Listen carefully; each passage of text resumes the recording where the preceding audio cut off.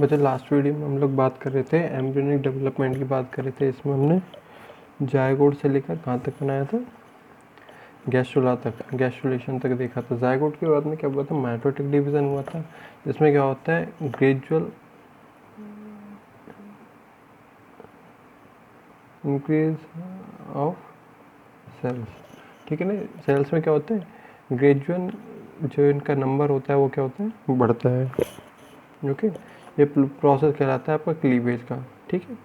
फिर उसके बाद में 16 सेल स्टेज आती है, इसको हमने बोला है मोरूला। फिर उसके बाद में जब ब्लास्टोसील का फॉर्मेशन हो जाए, इस फेज को हमने बोला है ब्लास्टुला। ब्लास्टुला के बाद में एक इम्पॉर्टेंट फेज आती है जो कि क्या करती है, 3 लेयर का फॉर्मेशन। ये 3 लेयर कौन कौन सी होती है, एक होती है एक्टोडर्म, एक होती है मीजोडर्म, एक होती है एंडोडर्म, ठीक है ना, एंडोडर्म, ठीक है। ये तीनों लेयर्स ही आगे चलकर क्या करेंगे, किसी भी एनिमल में ऑर्गन्स का फॉर्मेशन करेंगे, ठीक है ना।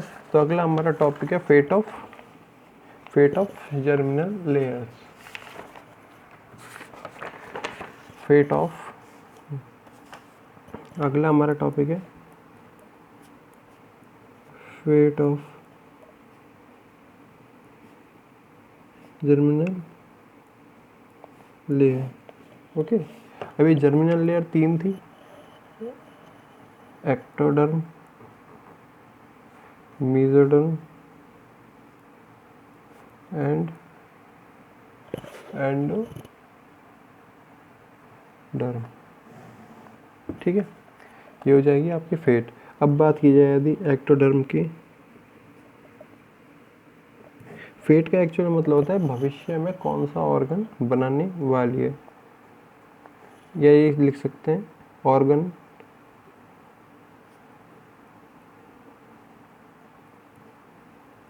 प्रोडक्शन। Okay, organ production. तो जो एक्टोडर्म होती है, इससे बनता है आपका एपिडर्मिस,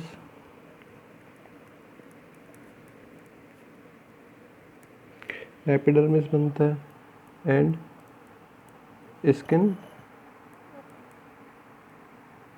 एलिमेंट्स, स्किन के कुछ जो होते हैं एलिमेंट्स वो बनते हैं।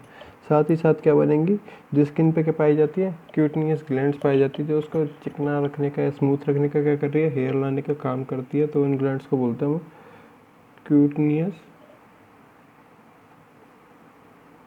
ग्लैंड्स, ठीक है। अब बात की जाए और नेक्स्ट कि एक्टोडर्म और क्या बनाएगा, एक्टोडर्म बनाता है brain and spinal cord, spinal cord. अब ये दोनों मिलके क्या बनाते हैं, हमारी बॉडी के अंदर नर्वस सिस्टम,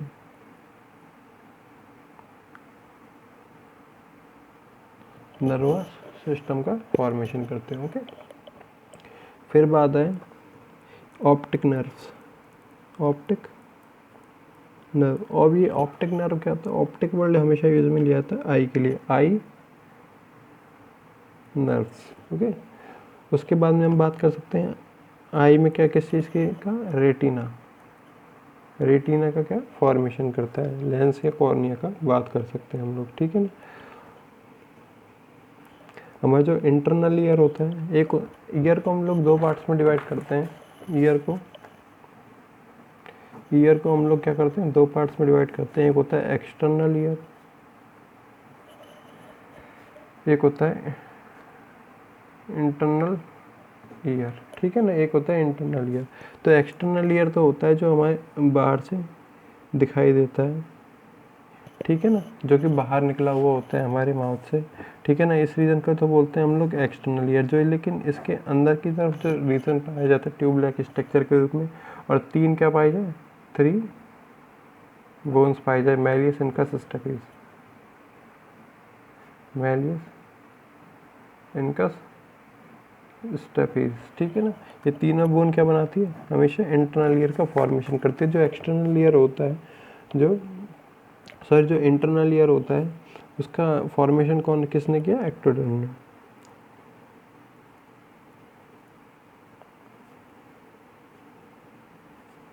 ईयर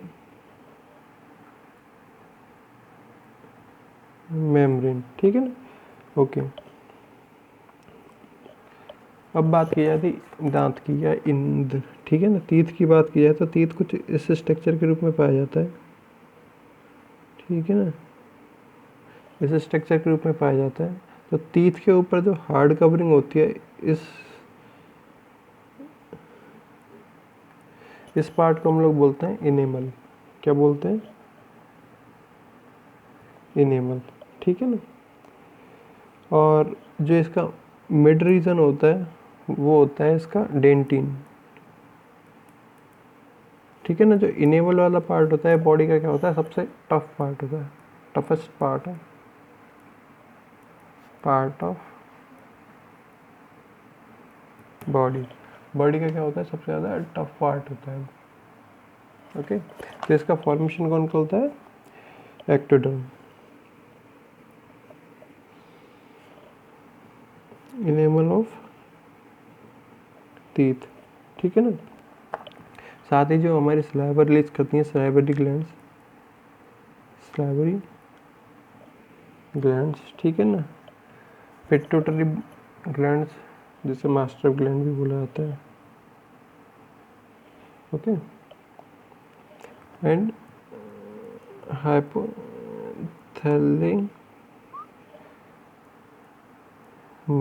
ठीक है ना। ये क्या है? ब्रेन का ही एक ब्रेन का पार्ट है, ठीक है ना। तो हमने फर्स्ट देख लिया एक्टोडर्म से क्या क्या बन गया, एपिडर्मिस बन गई। कुल मिला के बात ये स्किन का फॉर्मेशन हो गया, ठीक है ना। फिर बात की नर्वस सिस्टम की, रेटिना के कुछ पार्ट, ठीक है ना, आई के कुछ पार्ट जैसे कि रेटिना कॉर्निया का फॉर्मेशन होता है। साथ ही साथ ऑप्टिक नर्व, जितनी भी नर्व्स जाती हैं आई टू ब्रेन, आई से लेकर ब्रेन तक, वो सारे की फॉर्मेशन किससे होगा? एक्टोडर्म से होगा। फिर इंटरनल लेयर की मेम्ब्रेन का, इनेमल में जो स्ट्रॉन्ग पार्ट पाया जाता है तीत का, इनेमल, ठीक है, तीत में जो स्ट्रॉन्ग पार्ट पाया जाता है इनेमल, उसका फॉर्मेशन कहाँ से होगा? एक्टोडर्म से। फिर बात की जाए सलाइवरी ग्लैंड्स की, जो कि सलाइवा रिलीज करती है, सलाइवा रिलीज करती है, ठीक है ना। पिट्यूटरी ग्लैंड की और हाइपोथैलेमस, हाइपोथैलेमस क्या होता है? एक ब्रेन का पार्ट होता है। फिर सेकंड नंबर पे आता है आपका मीजोडर्म, ठीक है ना। क्या होता है? Mesoderm, organ production. तो इसमें आता है सबसे पहले एपिडर्मिस के जो नीचे लेयर पाई जाती है वो होती है डर्मिस लेयर। तो डर्मिस लेयर का फॉर्मेशन कौन करता है? मीजोडर्म करता है, ठीक है ना। फिर बात है कनेक्टिव टिश्यू, कनेक्टिव टिश्यू। अभी कनेक्टिव कनेक्टिव का मतलब होता है बहुत सारी चीज़ों को जोड़ने वाला, ठीक है ना। कनेक्टिव का एक्चुअल मतलब होता है कनेक्टिव, जोड़ने वाला, टुगेदर, ठीक है ना। यह कह सकते हैं लिंक, लिंकर, क्या बोल सकते हैं? लिंकर, किसी भी चीज़ को जोड़ने वाला। जैसे कि हमारा ब्लड होता है, ये क्या होता है? कनेक्टिव टिश्यू होता है, क्योंकि इसमें आरबीसी मिलती है, डब्ल्यूबीसी मिलती है, प्लेटलेट्स भी मिलती है, साथ ही साथ क्या मिलता है? प्लाज्मा मिलता है। और चीज़ क्या है?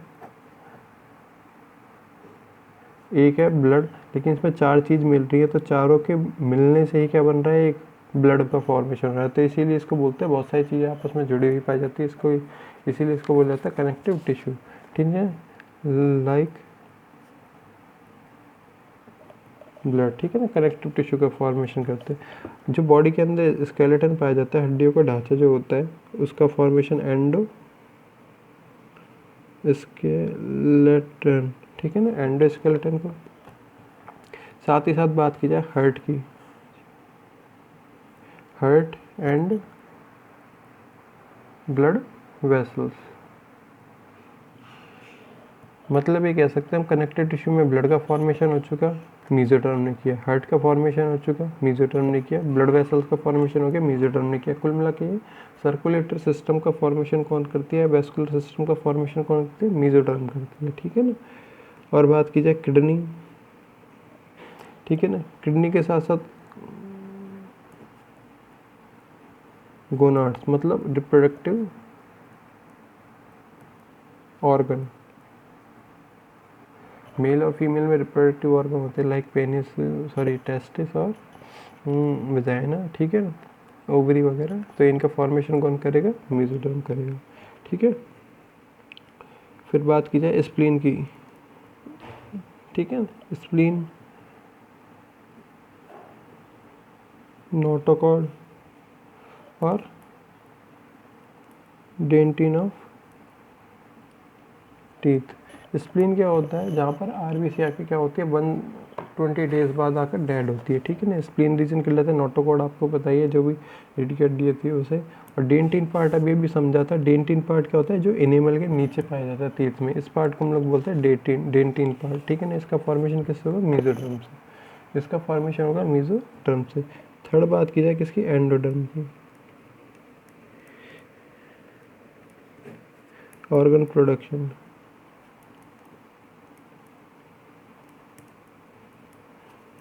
ओके।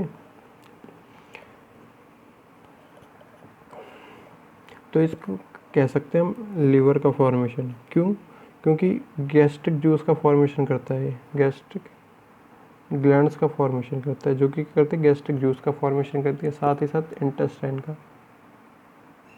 ठीक है ना। अभी क्या करेंगे, इंटेस्टाइनल ग्लैंड्स का फॉर्मेशन करेगी, क्योंकि इंटेस्टाइनल जूस पाया जाता है वो एक किससे रिलीज होता है, इंटेस्टाइन से, साथ ही साथ टंग, जीभ, ठीक है ना। इसका लंग्स, फेफड़े जो हमारे पाए जाते हैं, ठीक है ना, उनका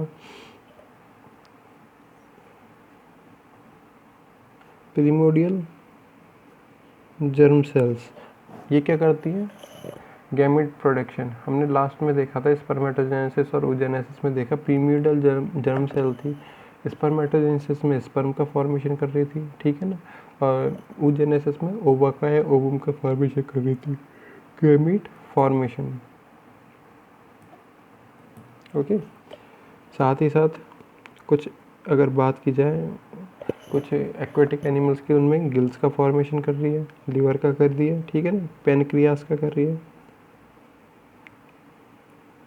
पेनक्रियास का, थायराइड ग्लैंड जो कि हमारे गले में पाई जाती है, नेक रीजन में पाई जाती है, पैराथायराइड थायरॉक्सिन हार्मोन का सेक्रेशन करती है, जो कि क्या आयोडीन के लिए होता है। थायराइड ग्लैंड के बाद में आती है पैरा थायराइड ग्लैंड, ठीक है ना। तो ये सारे की सारी कंडीशंस मिलती है हमारी बॉडी के अंदर, इनका फॉर्मेशन होता है इन 3 लेयर से ही, एक्टोडर्म से, मेसोडर्म से और एंडोडर्म से। एक्टोडर्म से, मेसोडर्म से और एंडोडर्म से इनका फॉर्मेशन मिलता है, ओके। फिर बात की जाए यदि एम्ब्रियोनिक स्टेजेस,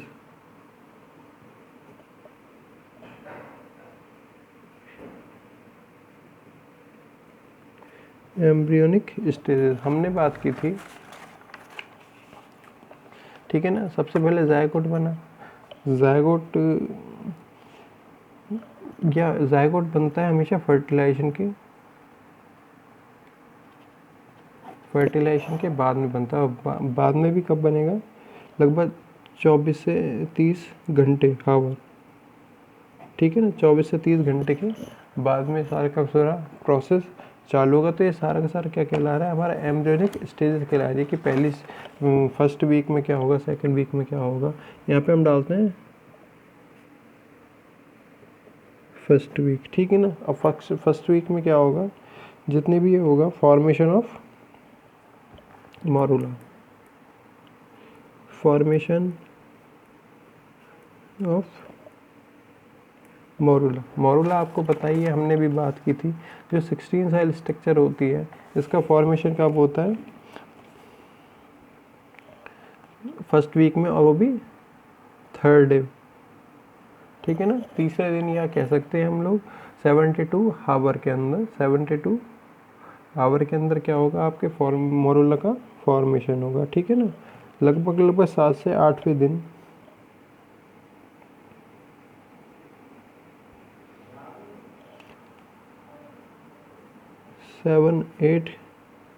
इन 7-8 डेज, ठीक है ना, ब्लास्टूला आर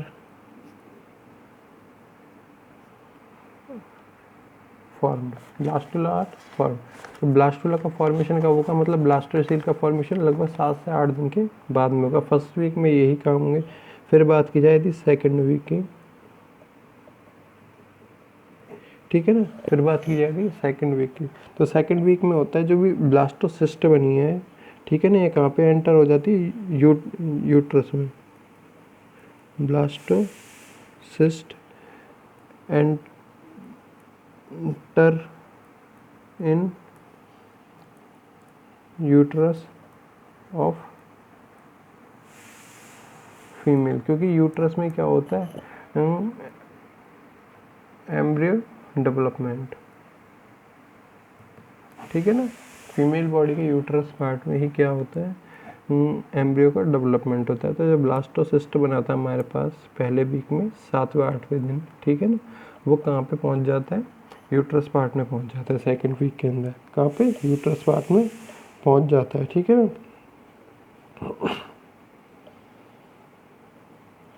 फिर बात की है थर्ड वीक की।